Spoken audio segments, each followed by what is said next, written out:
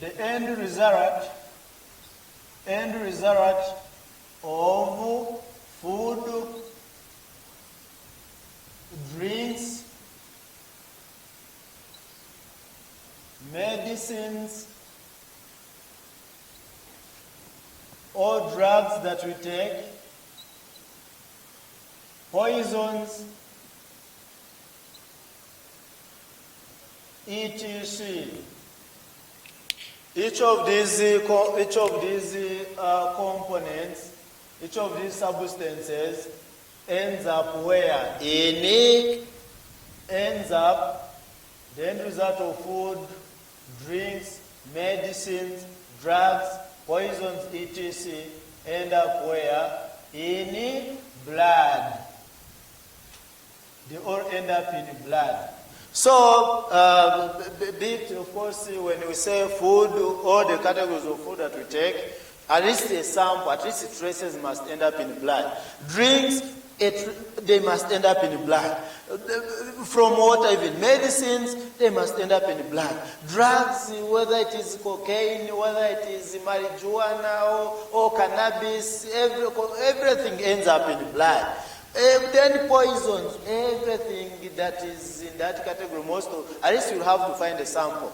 Maybe if it cannot be absorbed, maybe if it is unabsorbable by the gastrointestinal tract, maybe if it cannot be absorbed by our mucous membranes, maybe if it cannot be absorbed at all, that is when it does not reach blood. But in most cases, 99.something%, they all end up in blood. So meaning everything that we eat, whether it is food, whether it is not food, every medicine that enters our body, be it poison, even if it is snake venom, even if someone has been bitten or stung by a scorpion, everything ends up where? In blood, before actually it can even affect other tissues, but blood.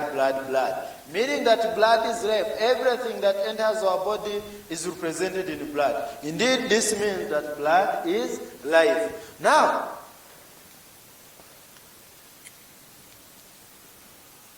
when you look at also the waste products,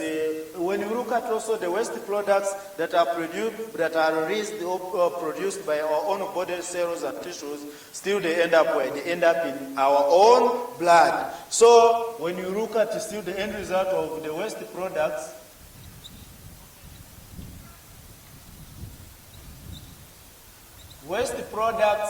are the unwanted products. The unwanted products still from where? From the body cells.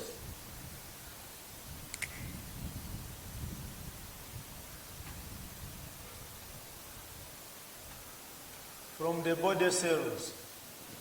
They end up where? They end up in blood. Before they are eliminated, they must end up in blood. The cells, everything that the cells do not want, they have utilized or any intermediate, they must deposit in blood. As blood is flowing, it keeps on distributing in the kidneys. Please throw away these things. I'll pick them from the brain. I'll pick these waste products from the brain. I'll pick these gases from the brain, from the heart, from the liver, from the toes, from the bones. So please, kidneys help me and throw them away, eliminate them. Then it gives to the sweat. Blood, of course, you know, urine comes from blood. Sweat comes from blood. So anything, if blood is passing through the subcutaneous tissues, then it reaches there, sweat is formed. Please, you sweat, you have been formed. Now help me to eliminate this sodium, help me to eliminate this proteinaceous substance. They are just debris. I no longer need them. Sebum, everything, all the secretions are in blood. So waste products, like for example, urea,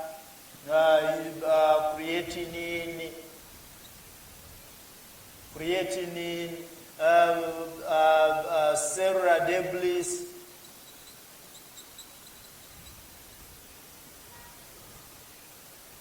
excess sodium, potassium, calcium,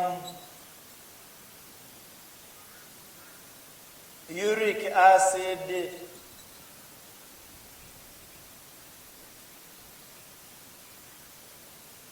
bilirubin in the form of urobilinogen,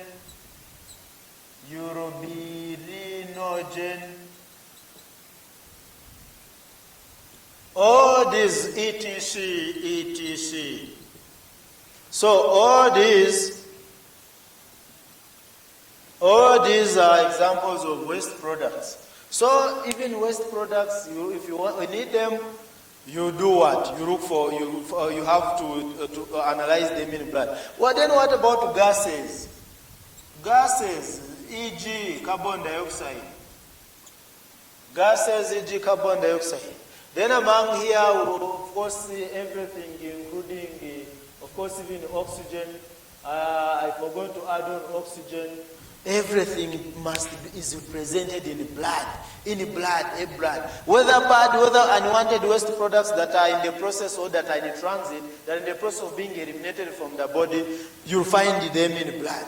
Then the good things from food like proteins, carbohydrates, lipids, you find them where? In blood. Vitamins, you find them in blood. Trace elements like sodium, those trace elements like iron, zinc, you find them where? In blood. Drink, if I have taken alcohol or wine, any spirit, you'll find some of its metabolites or itself within the blood. Medicines, any medication, whether it has been administered to my body through parenteral route, or oral route, it must end up in blood. The samples must be in blood.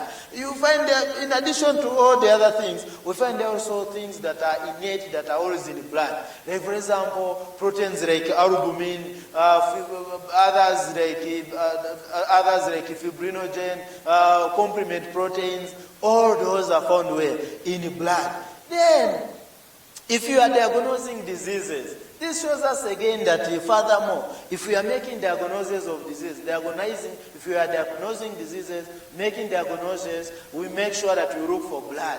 Blood is always among the first fluid to be investigated. Let us do this test on blood. Let us do full blood count, FBC. Complete blood count, CBC. Let us do fasting blood sugar. Or random blood sugar. Everything we are looking for blood. Let us look for C-reactive protein. Let us look for serum amyloid. Let us look for creatinine levels. Let us do renal function tests. Everything, blood. Let us do liver function tests. Let us look for the levels of gamma glutamyl transpeptidases. Let us look for alanine aminotransferase levels on liver function tests. Everything, we need blood. Blood, in most cases, blood. Blood is usually the first body tissue to be analyzed in the presence of any disease. When you are suspecting any disease, when you are looking for abnormal proteins or abnormal antibodies, everything rotates around the blood in most cases. Then other tissues follow to be examined like that. So if it is cancer, let's look for this tumor marker. If really it is hepatocellular carcinoma, let's look for alpha-fetoprotein. Let's look for, is this really pancreatic carcinoma? Let's look for C125, all those tumor markers. Is this, if you are suspecting myocardial infarction or heart attack, post-myocardial infarction, we have to look for, again, blood. Is this acute or this MI happened maybe 2 days ago? Or it has just occurred? Okay, let us get a blood sample. We find ourselves looking for troponin I, T, troponin, we start looking for LDH, we start looking for creatine kinase, MB, CKMB, all those, lactate dehydrogenase. All those tests, as you can hear, diagnostic tests, blood. So when you are making diagnoses,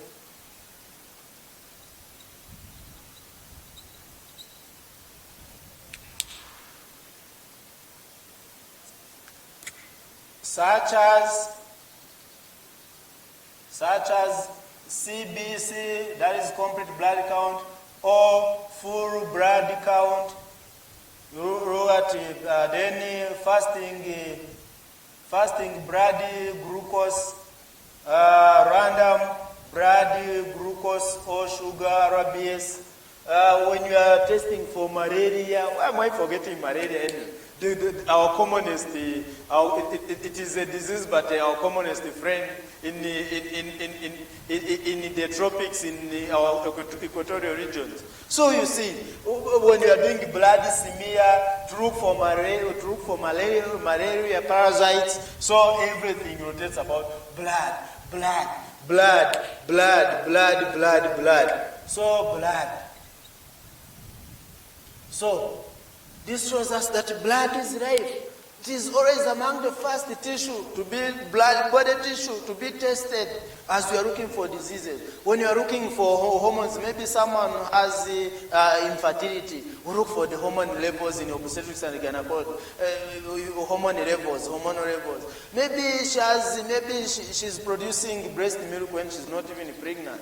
We are investigating for serum levels of prolactin in blood.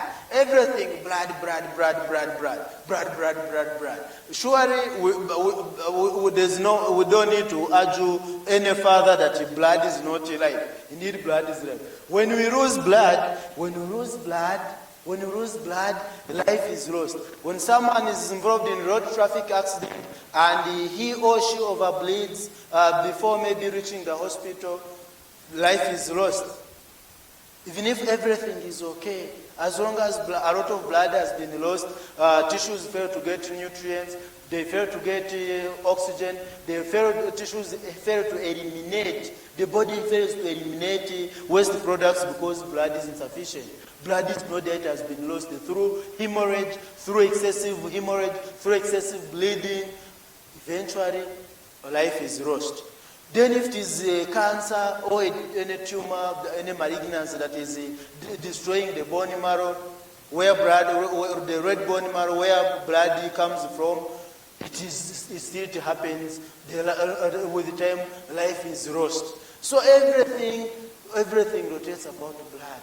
So when the mother, it's unfortunate that we are still losing our mothers in the battle of bringing life to earth, in the battle of delivering the babies. Most of them still up now, some of them still die. There are regions, there are countries that lose many mothers, and others have worked to solve the problem. It's rare to lose them. We find that it's rare to lose a mother. But worldwide, that problem happens. Postpartum hemorrhage, PPH. We are always losing mothers to PPH. After birth, they develop postpartum hemorrhage. They keep on bleeding until they lose their lives. So blood is life. Most mothers have lost lives when they are producing us. Others are still also yet, and others will lose lives because of that burden, that catastrophe. So in any case, when blood is lost, it might not be even through hemorrhage, it might not be even through bleeding that we are talking about, it might be maybe because of abnormal hemolysis, intravascular hemolysis, intravascular breakdown of red blood cells to cause anemia that eventually claims life. So when we are talking about blood physiology, when we are talking about blood, indeed we are talking about life. So at this point, let us allow me to also share information with you about further information about blood, the history of blood transfusion, how blood transfusion was coined, how it was started, how it began in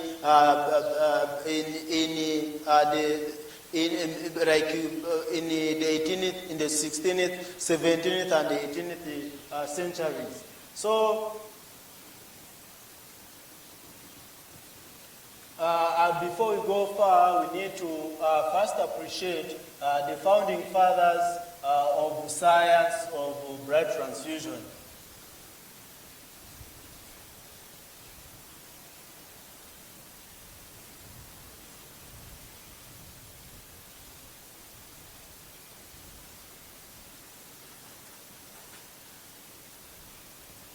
Most disease conditions Most disease conditions, I will begin with our common friend anemia. Our common friend malaria. Malaria causes anemia. Of course, anemia is a condition whereby we have insufficient blood in saturation within the body. That is anemia. Insufficient red blood cells. Insufficient red blood cells below the normal levels that eventually compromise actually the tissue perfusion or organ perfusion. That is anemia. So many diseases cause anemia, like malaria causes anemia. HIV itself, with the time, it causes anemia. When you look at accidents, all the time, as long as the body has been injured, as long as there's a trauma, there's an injury to the body, blood is lost. During the battle of delivering us, producing us by our mothers, the blood is lost. In most cases, blood is lost. So we are not the first medical scientists, we are not the first doctors, we are not the first nurses, we are not the first medical scientists to always get worried, to be concerned about blood loss. The problem has been there and has always actually perplexed and disturbed and perturbed even our ancestors in the field of medical science. That's why they kept on scratching their heads. What can we be doing? Can we manufacture blood? No. At this point, I need to inform you at this moment that much as our medical scientists, our researchers they don't sleep, they don't rest, they are still trying by all means to make artificial blood. But there's no company, there's no pharmaceutical company, there's no group of molecular biologists, there's no group of medical scientists that has succeeded in synthesizing, in manufacturing blood or in making blood artificially. The blood that we still rely on in the medical setting, in the clinical setting, the blood that is in our blood banks all over the world, it is donated by we the human beings. Therefore, because the problem was persistent, many lives would be lost because of hemorrhage. During war, during disease processes, blood would be lost. And whenever blood would be lost, lives would fall, of course, lives would be lost. Meaning that whenever blood is lost, life also, in most cases, when it is not replaced, life also is lost. So, which heroes started this science of blood transfusion, of replacing? Which heroes started thinking about, by the way, what if we get this blood from someone else and we transfuse it, or we give this tissue to this person who does not have enough, who is lacking? What can happen? Can this person really heal? Can he or she be healed? Let us see. So there are heroes who started the science of blood transfusion. Some of them were physicians, others were physicians, others were surgeons, like that. So there's the first scientist who described the saturation. The first medical scientist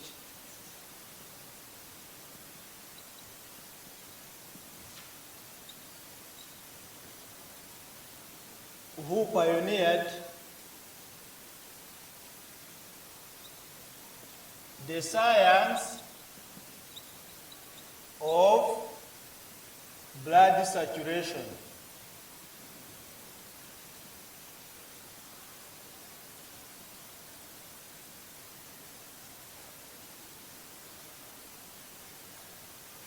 Was his name was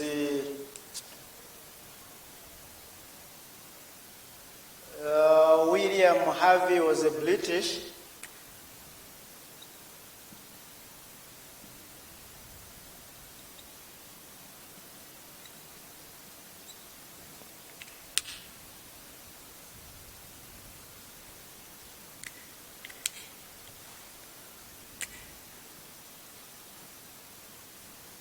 William Harvey, that was in the year 1628.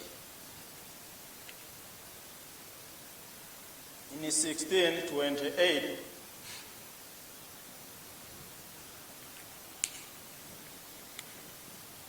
So, Dr. William Harvey, the first medical scientist who pioneered the science of blood circulation, who pioneered the science, the descriptive science.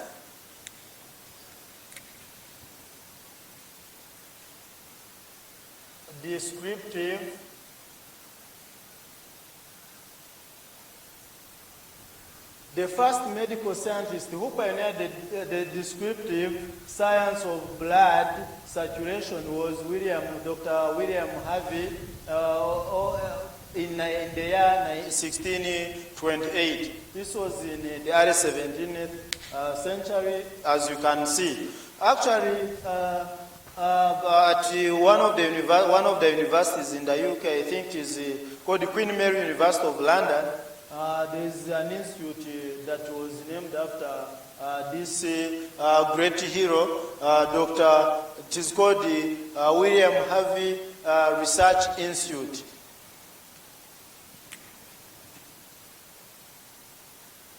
William Harvey Research Institute, WHRI,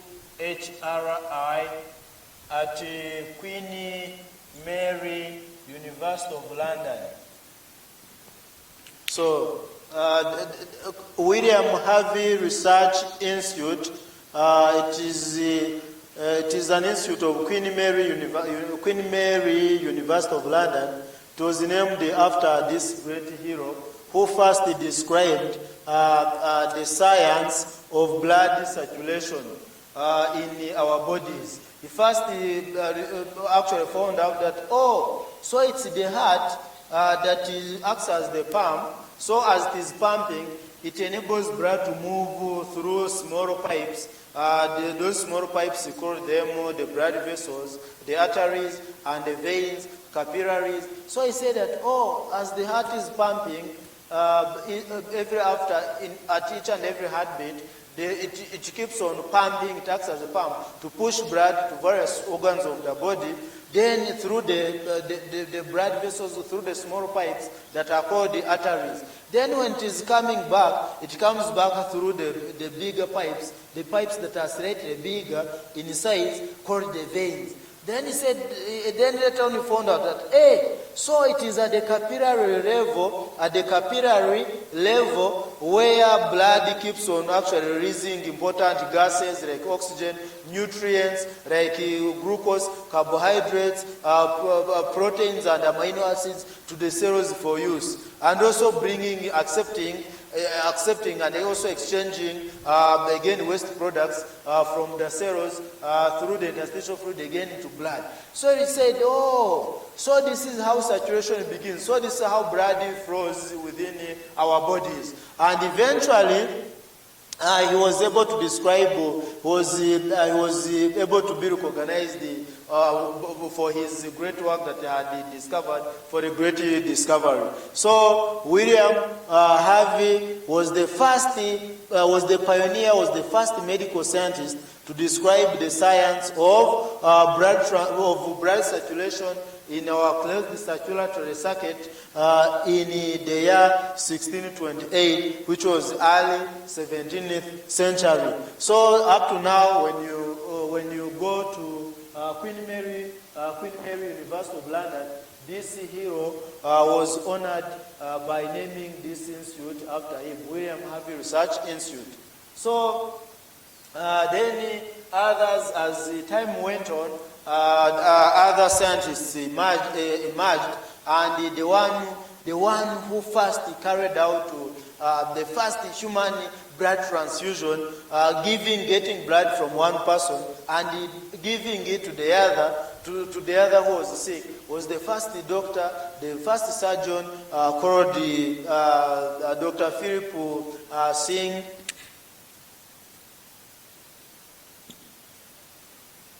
Dr. Philsingh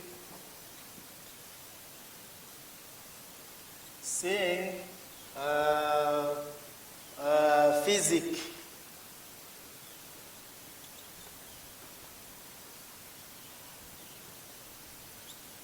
So indeed, when you look at his name, Dr. Philsingh Physique, so indeed his name tells it all. His name tells it all. Indeed, you can see maybe by the time his parents gave him this name, maybe they knew that he would become a great physician, and indeed that's why we always say that the name is the person. So Dr. Philsingh Physique was an American surgeon.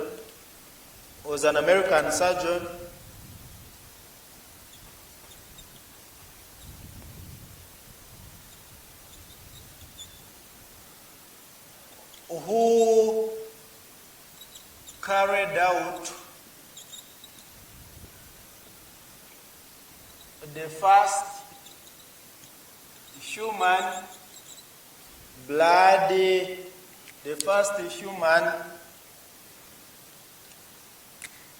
blood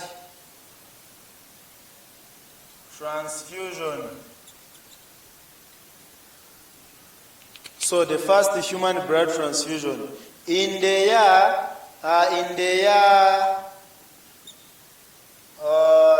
was 1795. This was there. So Dr. Philsingh Physique was the first doctor, was the first medical scientist, who was an American surgeon who carried out the first human blood transfusion in the year 1795. This was in the late 18th century. So you can see this one became the second hero to carry out the first actually tissue transplant. By the way, I need to let you know and inform you that blood transfusion is a form of tissue graft, is a form of tissue transplant. So this is blood transfusion is a form of tissue transplant. So from today onwards, you should keep on noting this. So here we are. Then there came another hero. There emerged another hero after some decades, who also, after I think about 2 decades, he also perfected the science of blood transfusion. This time he was a British medical scientist as well.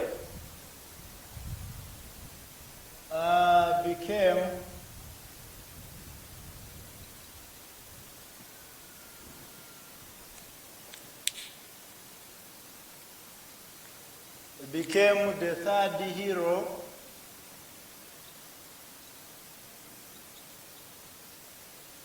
who perfected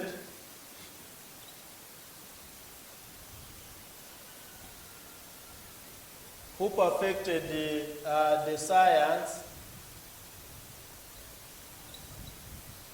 of human blood transfusion. This one was, I think, was also a British physician. Was a British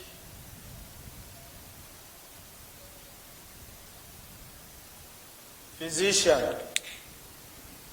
Dr. James Bruno became the third hero who perfected the science of human blood transfusion.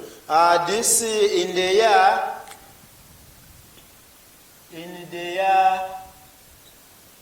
1818. This was early 19th century. So here is our hero.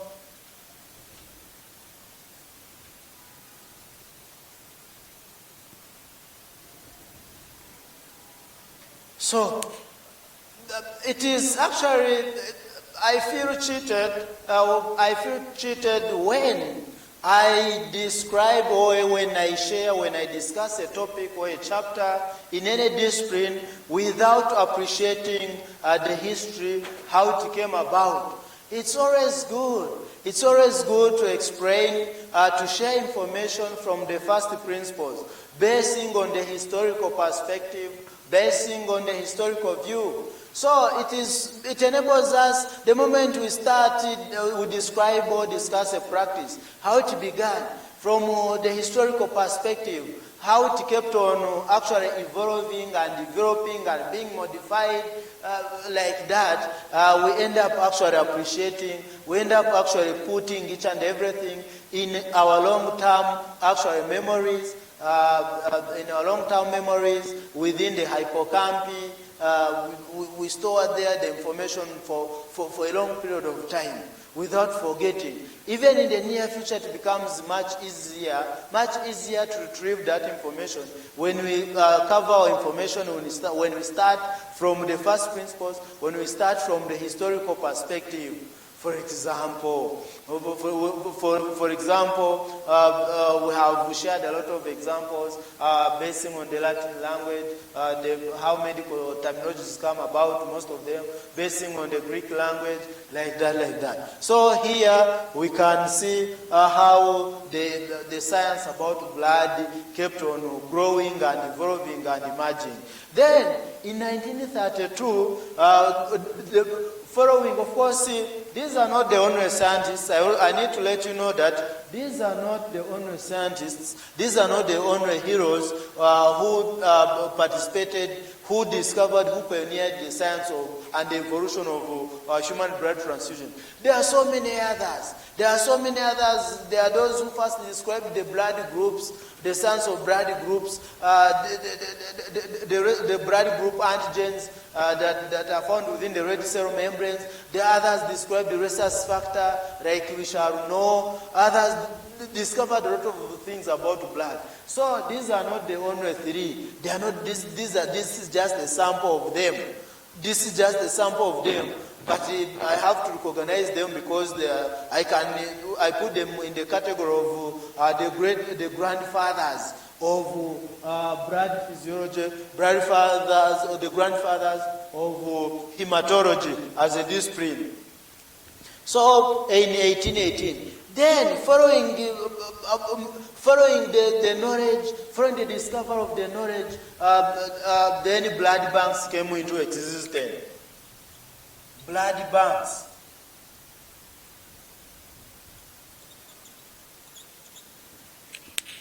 Then after knowing blood, after acquiring sufficient knowledge about blood, we saw blood banks coming into existence. Blood banks. As we talk, each and every regional referral of ours, most regional referral hospitals within our country, they have blood banks. The government over the years, the government has worked hard at least to establish regional banks in various parts of our nation. And also, when you go to the neighboring nations, the immediate neighbors, you also find also regions with the blood banks. Of course, there's usually the central blood bank, then with also regional blood banks. Like they will have the bank of the central bank with also peripheral branches in the nation like that. Likewise, so after these scientists, together with their colleagues whom I have not mentioned, this is a sample, it is a long list. We saw the establishment of blood banks. So the first blood bank that was established in the world, it is thought to be, I think, in Russia. It was in Russia. The first one was established in Russia, in the city called Leningrad. It's in the district of Moscow, I think so.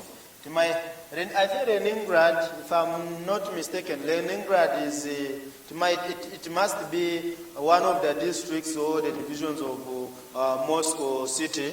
So Leningrad must be a district of Moscow.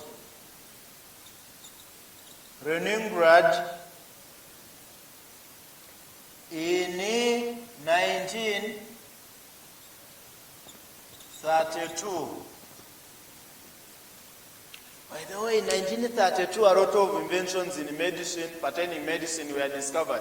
Do you know that in 1932, it's when Gerard de Magic, Dr. Gerard de Magic, the physician, the German physician, it's in this year that he discovered the sulfonamides, the antibiotics, the antibacterial agents called the sulfonamides, the antibiotics generally, not the antibacterials only, because they have antiprotozoal properties as well. So the sulfonamides were discovered also in the same year by Gerard de Magic, the German physician, 1932. So the first blood bank was established in Russia in Leningrad city in 1932. So then in 1937, United States became the second nation to establish, in 1937, United States of America became the second nation in the world to establish the blood bank. So in 1937,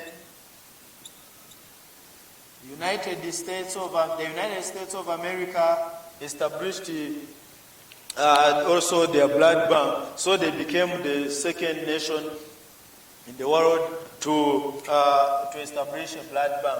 So eventually, the other countries kept on adopting and learning the science of getting blood, of encouraging blood donation, and storing it, how blood could be stored, like that. So, my dear colleagues, with this fundamental information, with this basic information about blood, I think we can now shift our attention to the real blood physiology, to the real discipline of hematology. So, let us, at this point, we can now freely tackle the science of blood physiology, the science of blood, the discipline of hematology. So when the study of blood physiology is also known as hematology.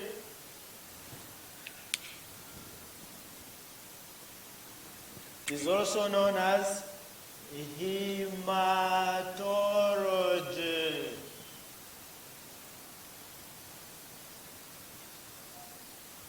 The study of blood physiology, the study of blood tissue is referred to as, is also known as hematology. So the word heme, it comes from the word haima. It means blood.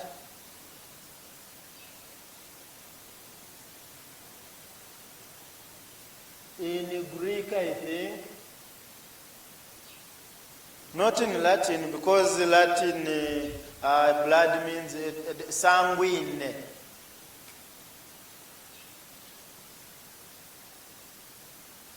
I think this is Latin. This word means blood, sanguine, blood, sanguine, haima. So this hematology, the word comes from Greek language, and which means blood. So there's the discipline of hematology. So hematology, blood in Greek. So the study of blood tissue, the study of blood physiology is also known as is also known as hematology. In the presence of disease, when we are covering blood diseases, the discipline becomes hematopathology. So when we are studying diseases that affect blood or blood diseases, that is hematopathology. So hema. I know some of you might not be contented at this point because by saying HAE. This is, the owners of English language write it like this. The British, particularly the Anglo-Saxons English, the English of the Anglo-Saxons. This is the true owners of English. So, the origin from the state of Angria, Germany. So English, Anglos. So the true English, which is not modified, they write it like this. But again, you see also in the American English, they simplify it. They write it as hematology. Hematology. So I can choose to use HE or HAE. So both of us are correct. I'll keep on reminding you and informing you that when we use them interchangeably, we are all correct. We are all correct. Maybe if it is a teacher who is very strict and says that, I want it this way, that is when it can be maybe marked wrong, but we are all correct. So hematology is the study of blood tissue, is the study of blood physiology. So like I said, when I was defining hematology, I gave you the definition that goes that blood is a specialized connective tissue in which cells are suspended in fluid extracellular material that is called plasma. So blood is propelled mainly by rhythmic contractions of the heart, and about 5 liters of blood in an average adult moves unidirectionally within the closed circulatory system. The so-called formed elements, we are going to see that we have the materials that are suspended, that I mentioned, the materials, the components of blood that are suspended within the liquid component called plasma. And those elements are the ones we are going to be referring to as the formed elements. And the examples of the formed elements are the red blood cells or the erythrocytes, who have the white blood cells or the leukocytes, and the platelets. So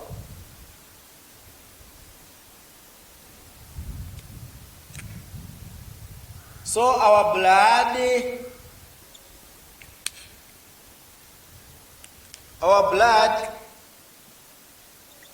flows through a closed circuit that you already know. Our blood flows through a closed circuit, and that closed circuit is our circulatory system. Of course, the pump. There's the pump, which is the heart, with the right and the left atrium. The right and left atria, right ventricle and the left ventricle. So making a 4-chambered heart. So, and within the blood, we already know that the components, among the components of blood, we have our plasma. Sorry. We have our plasma, which is the liquid component.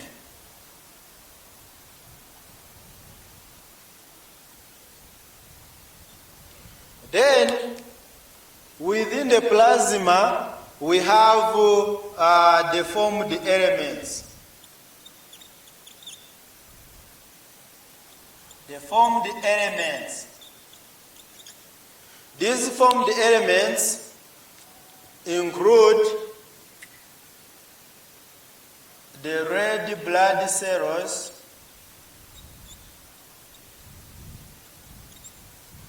we have all the erythrocytes. The erythrocytes,